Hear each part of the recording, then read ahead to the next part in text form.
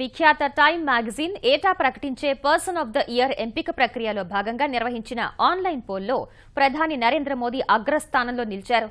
2016 ఏడాదికి Time person of the year పురస్కారానికి నిర్వహించిన ఆన్లైన్ పోలింగ్ గత అర్ధరాత్రి ముగియగా ప్రధాని మోదీ సంపూర్ణ మెజార్టీతో గెలుపొందారు. 2016లో అత్యధికంగా వార్తల్లో నిలవడం సహా ప్రపంచ దేశాలను ప్రభావితం చేసిన వ్యక్తులను గుర్తించి ఇచ్చే పురస్కారానికి ఎంపిక చేసే ప్రక్రియలో భాగంగా టైం పత్రిక ఈ ఏడాదికి పాఠకుల పోలింగ్ నిర్వహించింది. ఈ పోలింగ్లో ప్రధాని మోదీ 18% ఓట్లతో గెలుపొందగా అమెరికా అధ్యక్షుడు బరాక్ ఒబామా, అమెరికా అధ్యక్ష పదవికి ఎన్నికైన రిపబ్లికన్ డొనాల్డ్ ట్రంప్, వికీలీక్స్ వ్యవస్థాపకుడు జూలియన్ అసాంజేలు 7% ఓట్లు సాధించి రెండో స్థానంలో నిలిచారు.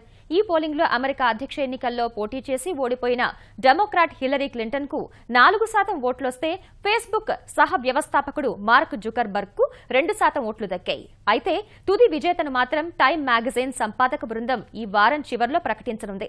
2014 ఏడాది కూడా పాఠకుల పోల్లో అగ్రస్థానంలో నిలిచిన మోదీ 2015లో తుది పోరులో వెనకబడ్డారు.